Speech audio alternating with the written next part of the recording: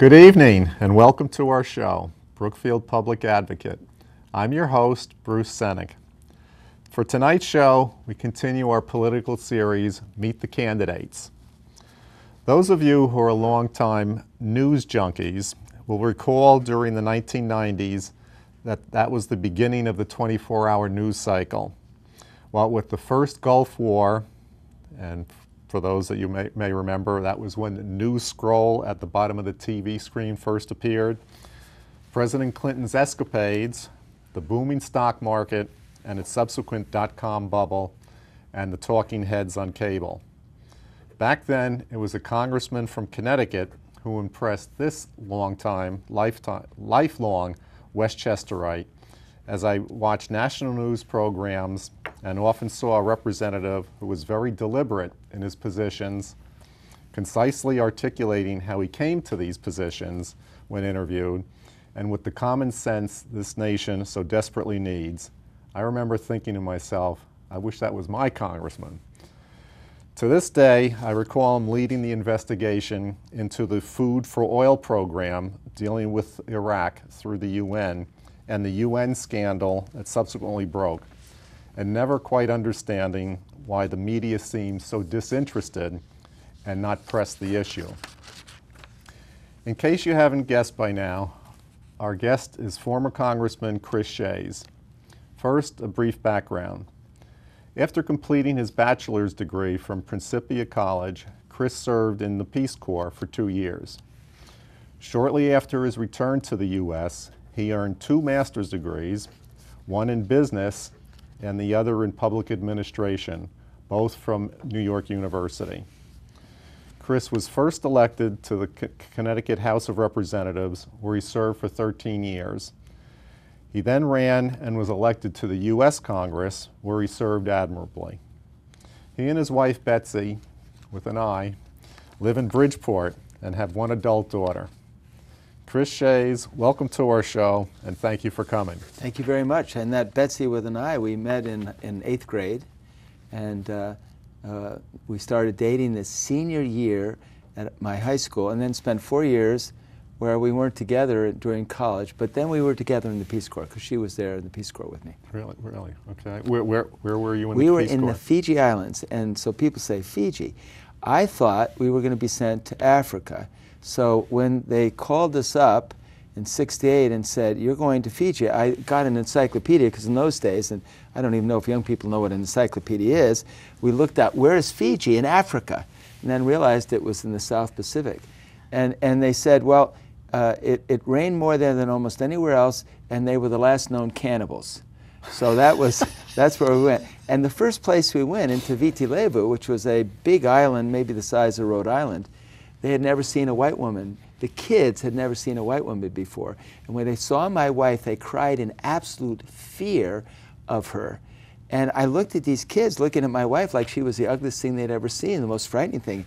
I know her to be a very loving and beautiful woman.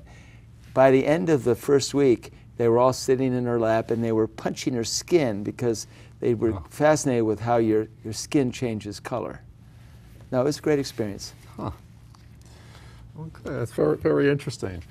Chris, please tell our viewers why you've decided to run for the U.S. Senate. Because I'm crazy. I mean, no, I'm not crazy. I love my country like you love your country.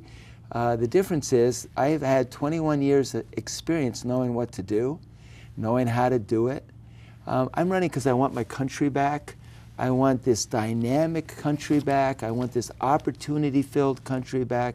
I want this country that lived the American dream, which was each generation would be better off than the previous generation. In fact, when I was like in 6th grade and my brothers were all off to college by then, we'd have dinner at, like we used to have with our parents after school and after my dad got home from work. And my dad told me my brothers thought I was being spoiled because I was living better than they were living. And my dad told them, you know what, welcome to America. We don't have that same sense today. We need to get it back. And I know others want their country back.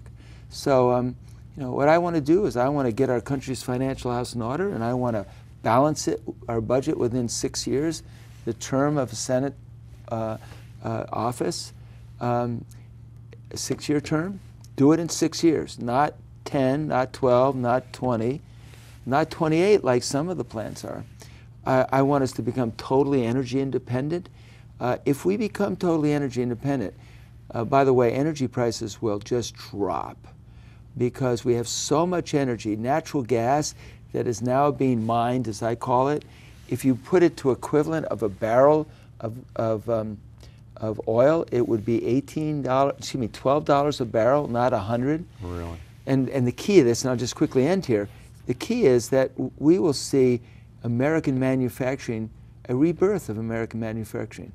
And then if we, do the other obvious thing, which is, simplify our tax code, get rid of the exemptions, lower the tax rate, and get rid of some of these outrageous regulations that we have on individuals and businesses, you will see a blossoming of our economy, which is the bottom line to the promise of America, economic growth. Yeah. Let me ask, if I may, what qualities do you feel you bring to the table that separates you from others seeking the office, and if you'd want to address both Republicans and Democrats or whatever? But that's kind of dangerous because I don't know the qualities of my opponents, but I have to first win a primary, and I'm making it very clear to folks that I have the experience. I obviously have the energy. I think I have the guts to do what needs to be done. I have a history of straight talk. I hope not arrogant talk, but straight talk. I believe if you tell the American people the truth, they'll have you do the right thing. So I think I bring that to the table. In terms of the Republican primary, I'm basically in a dead heat with the Democrat opponents, either Chris Murphy or Chris Murphy, who is evidently the front runner in the Democratic side. I'm literally in a dead heat. Linda McMahon, who I will have a primary with, is 15 points behind Chris Murphy. She was 11 points in September, now 15, and she lost the last election by 12 in a Republican year. So I'm clearly making the argument that if you want to win the race, I'm saying this to Republicans, and you want a competitive race, clearly it's got to be me. And by competitive, I believe I can win the general election in November. Yeah. Well, you were a congressman for some time, and over the years, certainly this is nothing new to you, Washington has become even more toxic. Can you give us some of your thoughts on that, and maybe how you might be able to build some bridges?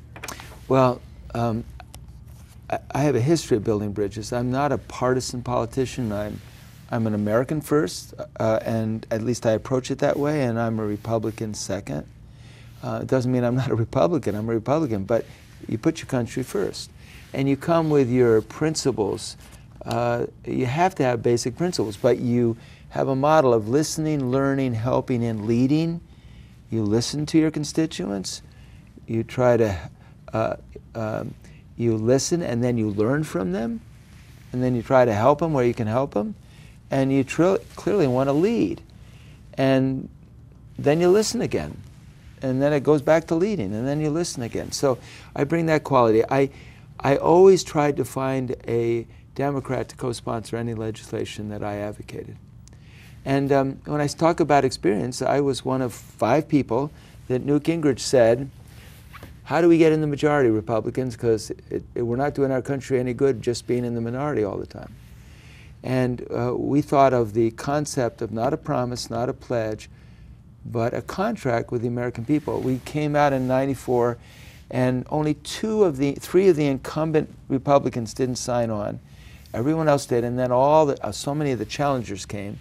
So we had this press conference with over 300 people, and we said, you elect us, we're going to do these 10 things on opening day, and these 10 things in the first 100 days. The first bill that passed, congressional accountability, Newt called it the Shays Act, and it was getting Congress under all the laws that 40 years of Democratic rule had exempted Congress from. Labor law, health care law, sexual harassment law. We put ourselves under those laws. And we balanced the budget for 4 years. We took 2 years to balance it for 4 years. And what I saw happen was Democrats had a hard time adjusting the fact that they had to be in the minority. And so things got a lot more competitive. Republicans went after what we call the Blue Dog Democrats. The Blue Dog Democrats were the so-called conservative Democrats, which I would call moderates. And the Democrats went after the so-called moderate Republicans, someone like me, and that became the target. So you ended up with the extremes of both parties kind of calling the shots down there. And I'm going to say something that may seem a little controversial, but I think people stopped talking after impeachment. We actually had a partner in balancing the budget, passing welfare reform. We did a number of things that we, the Republican Congress, got through in the House and the Senate. So it was, Republican House of Representatives and the Senate. We had someone sign the bill. His name was Bill Clinton. As soon as we went after him for impeachment, we pushed him right into the arms of his left wing. He stopped talking to us. We stopped getting things done. We had a 2-year effort on impeachment. I ended up voting against impeachment. I thought the impeachable offenses weren't proven and the proven offenses weren't impeachable. But I haven't seen any decent conversation since then. Interesting. That's a very good perspective. Are there some areas that you feel you do differ from your fellow Republicans? Well, let me take the one who seems to be the biggest challenger, or I may be challenging her, Linda McMahon. She won last time the Republican primary and lost by 12 points. I believe she's not a fiscal conservative because you can't spend $50 million so recklessly. I'm not saying 5 million, I'm not saying 10, 50 million in a state with just 5 members of Congress, a small state. And she's not a social conservative because you clearly can't be in the business she's in and be a social conservative. You can't even be close to being a social conservative. And I make the point that, while I'm a social moderate, I am clearly a strong fiscal conservative. I help lead the charge to balance the budget. I voted against Republican budgets when I thought they spent too much. I could have done more in hindsight, but I was right out in the lead. So, I have that difference. But I also have the experience. It's going to take whoever, no one else has won an election. Excuse me, Kai Westby has won 2 local elections. I'm the only one of the 5 candidates that has won any state or federal election. I've won 18 total, collectively.